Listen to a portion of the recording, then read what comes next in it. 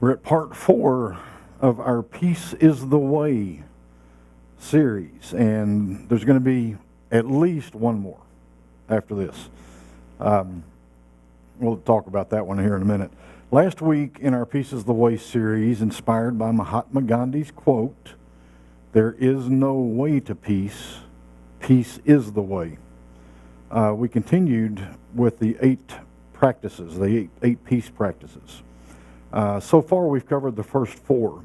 Those first 4 are praying peace, being peace, thinking peace, and feeling peace.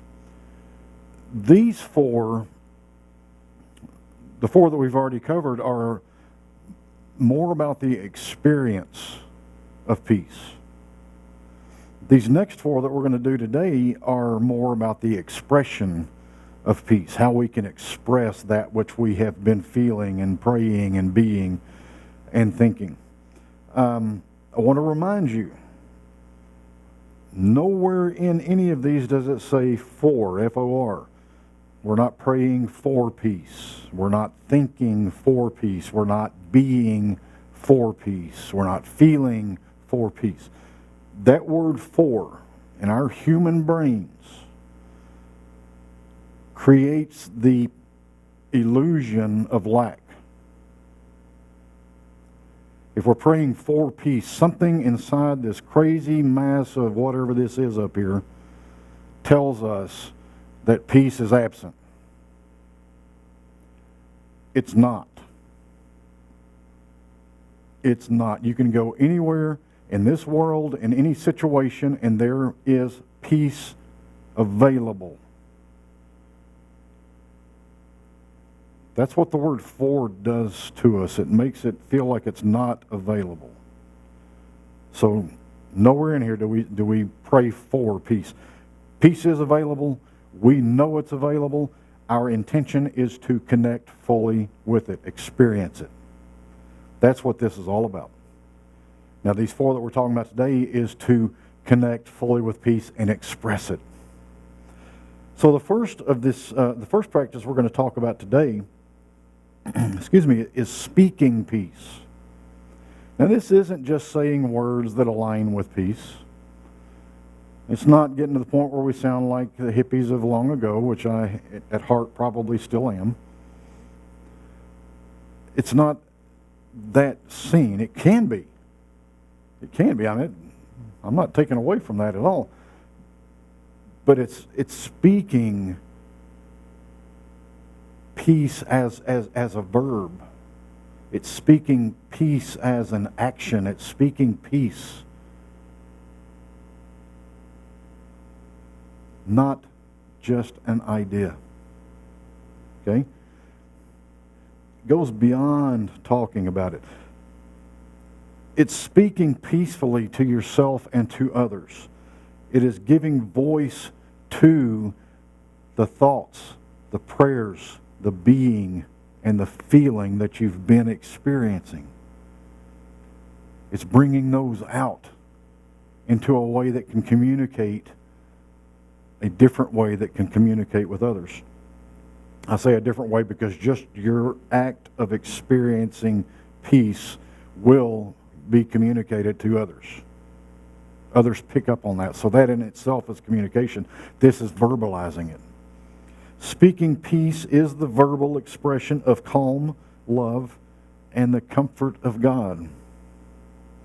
As an expression of God, you experience and express all attributes of God. So there is no reason you cannot express this attribute. We practice this by considering how to speak peace words and peace intentions. We can consider what lies before us in our day, and we can visualize the peace words and the phrases that we might want to use. If you have not been practicing this peace speaking through your life, it doesn't hurt to plan ahead.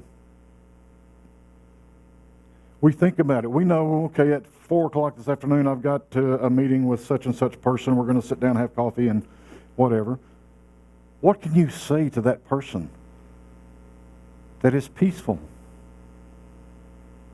that expresses your experience of peace. Just think about that. Think ahead. Because the more we think ahead, the more we plan, the more we practice, the better we get at it. And the better we get at it, the less we have to think about it. It just becomes our natural expression. We can consider what lies behind us, what we've already been through. We can look at that and it's, oh, how can I have done that more peacefully? How could I have expressed more peace into that? And then the next time something similar to that rises up, you've already got a plan.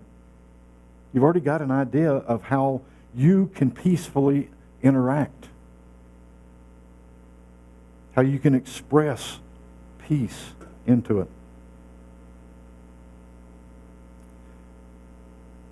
The next practice is acting peace. Like speaking peace, acting peace is an expression of what you've already experienced, what you are experiencing in that moment. Acting peace is your peace prayer, your peace thoughts. It's your peace feelings. It is all of that experience made manifest into your expression. This is more than just going to a rally for peace. You know, you can go to a rally for peace, hold up a sign, say all the right words, and never feel it or experience it. Acting peace is much more than that. It could be that. I certainly will not ever tell somebody not to go to a rally for peace if that's what it's truly about. But it's demonstrating your expression, your experience. The peace actions that we're talking about here are expressed daily. Ideally, we get to where every action that this human body that we are inhabiting at this moment expresses the peace of our spiritual truth. And it takes practice. We practice acting peace by considering how we can allow our actions to be more peaceful. Like in speaking, if we know we're going to be sitting down with someone later in the day, what peace actions can I portray? Because folks, when we're acting it out, we're feeling it. You know, there's some actions that are surface level and we kind of feel like a fraud. Well, if you're feeling like a fraud, go back to the first 4 practices. Get the experience of peace. But if you're feeling that peace, these actions, even if they feel a little unnatural, if they have the intention of peace, the direction of peace, the expression of peace, you are going to experience peace. And so is the other person. Now, I want to point out here, speaking peace and acting peace. In all honesty, they probably should be the same practice. Because we can, our minds can manipulate us big time. And we can speak the words of peace, but our actions be of chaos and fear, and vice versa. We have to align these two. Actually, we have to align all of these, but especially these two. Because these two, if they are out of alignment, your experience and your expression of peace will never feel full, complete, honest. Okay? So while I say we need to align all of these two especially, because these are our first line of expression.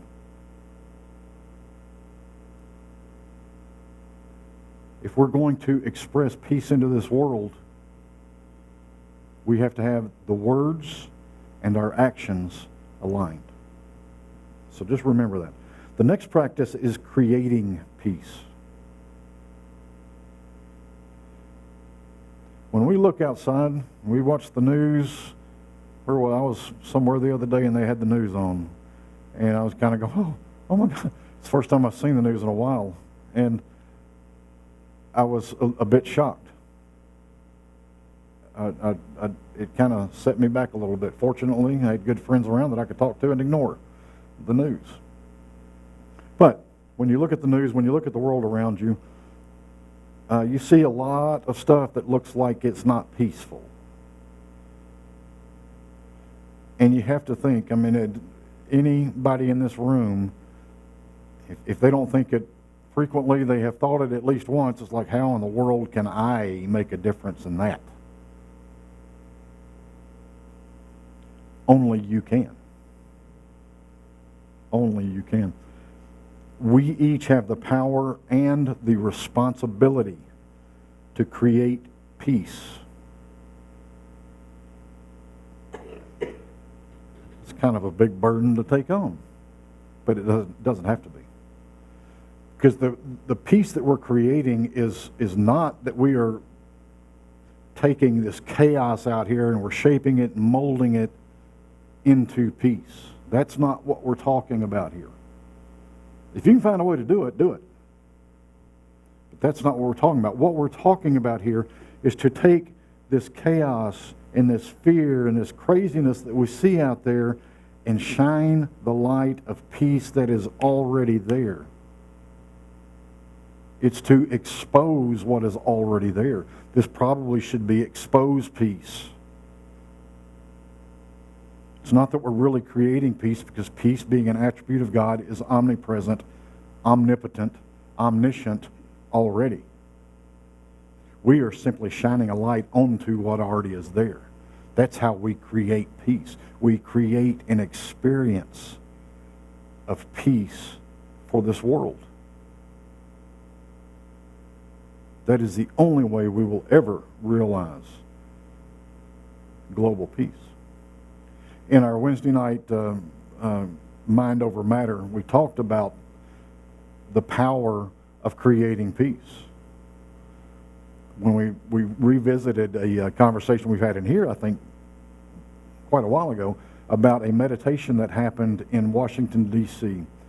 A room was rented in the most, or the highest rate of violent crime area in the nation. I don't think it's the world, I think it's the nation, but anyway, it was in Washington, D.C. And a couple of thousand people came together with the intention of praying, or meditating, praying peace over that area. They did not tell anybody outside of their group what was going on. They simply came together. They meditated peace. I believe they were there for 6 hours worth of meditation, maybe 8 total. Quite some time. And it sounds huge.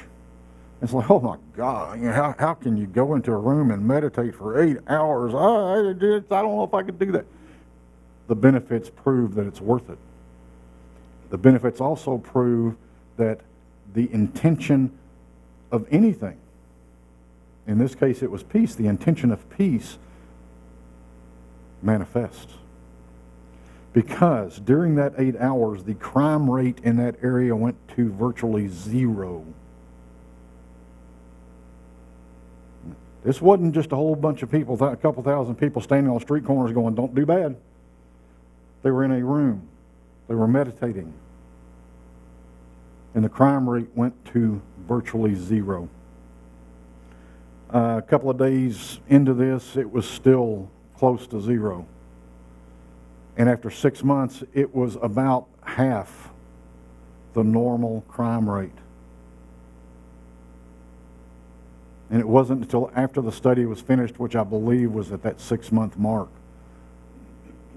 that it was revealed what had happened. We have the power to effect positive change when we come together, whether it be all in the same room or individually, and act, create, speak, whatever it is that we desire. In this case, peace. These practices bring us to a consciousness that allows us to express our intentions in a positive way that serve us and serve the world around us.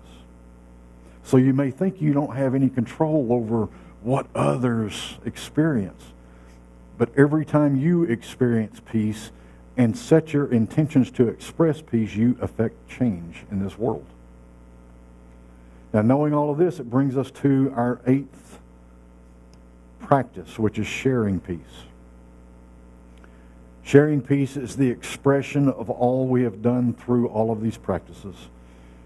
We do not share a little peace. We don't go out and say, oh, okay, well, I've been doing this, so I'm going to just try this out. I'm just going to stick my toe in the water and check it and just give a little peace out here. No. Through these practices, you experience absolute peace. You express absolute peace through your sharing. It's not that we go through there and just, oh, I hope they get it. We don't even worry about what happens outside of us. We express our full awareness of peace. And we know that that awareness in some shape, form, or fashion is going to manifest around us. It's going to be expressed around us. It's going to be felt and experienced around us. When we get to this point that we can experience and express peace without fear, without doubt, we have had that leap of consciousness that we talked about in our first segment of this series. We are no longer seeing anything other than the experience and the expression of God. Now, I know that in these human forms, things happen, and we will have that setback where we will think, oh, I was wrong.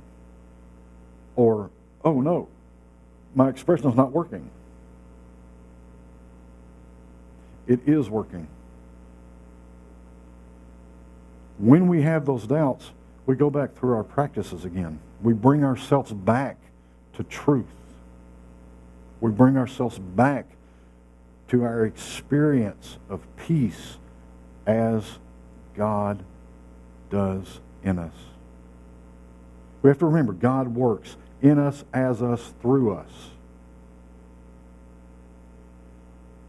If God is working in us, that means peace is in us. If God is working as us, that means that everything that we do is divine. If God is working as us, then we are the expression of God to the world. And if we're an expression of God to the world, it can be nothing other than peace and love and good. If God is working through us, we know without a shadow of a doubt, whether we want it to or not, our expression is being sent out into this world. Sent beyond what we consider I, me.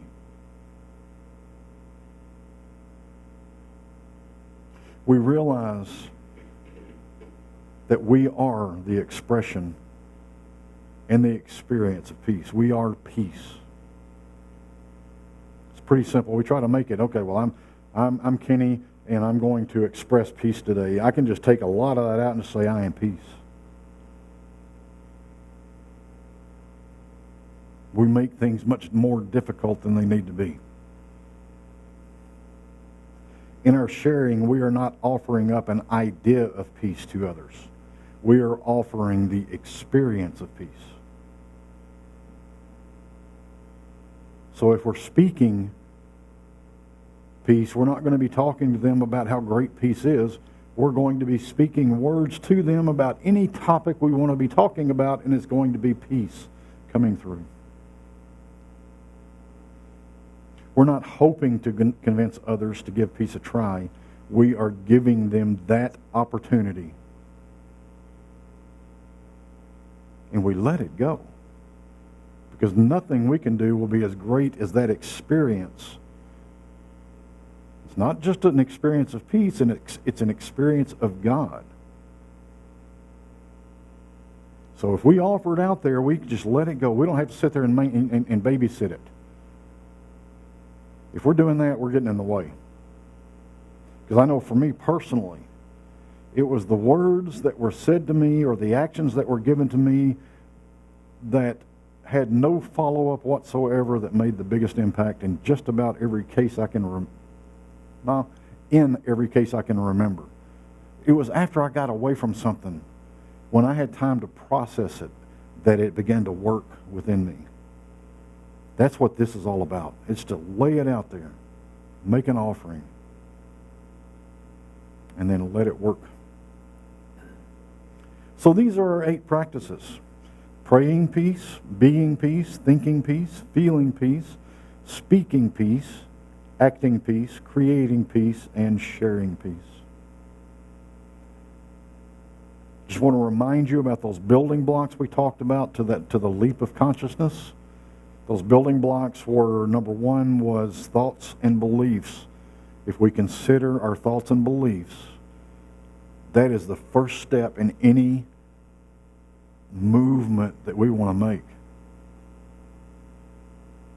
The next of the building blocks was our emotions, then intentions, then relationships, then turning points and breakthroughs, then environment, and then vision. If we consider all of that as we're doing these practices, we can't help but have that leap of consciousness, of peace. And then there were the 4 words. And when you're working on these practices, if you kind of get hung up, doubt comes in, fear comes in, there's 4 words that you can just refer back to kind of as an affirmation. And that's peace, harmony, laughter, love. Whether you're doing these 8 practices or just going through normal everyday life, if you feel like you're hung up or off track, those words can bring you back to center. The center of your truth. So again, I'm going to ask you to please consider spending 5 minutes a day. Just choose one of these practices, spend 5 minutes with it, play with it, experiment with it. Set your intentions towards a deeper experience and expression of peace. And you'll find great success. Be deliberate with your practice. Be conscious of what you're doing. And then tune into how you are experiencing it. So next week we're going to wrap up the series, I think. I'm going to put that disclaimer in there, I think, with further thoughts on the topic of pieces of the way. Kind of explain a few of these things maybe a little more deeply, and we'll see where it goes from there. So for now, join me in prayer. One life, one spirit, one love. God is everywhere present, in and through all things. I sense the presence of this Spirit everywhere I look. All around me I see life expressing. Knowing the omnipresence of God, I recognize that this is God expressing and this is God experience. Knowing that God is in and through all things, I know I am a divine emanation of the one presence and the one power and the one peace. As I know this to be true for me, I know this to be true for everyone. We are one. In this moment, I claim that each and every one of us is open to a more complete experience of peace in the divine. We are open to the limitless possibilities of the eternal one. As we step into this beautiful unfolding, we see reflected in our lives an intrinsic ability to dive deeper into peace in all of our relationships, in all of our experiences, in all of our expressions. Knowing this word to be true, I release it into law. Knowing it returns to me fulfilled, I am grateful. And so it is. Amen.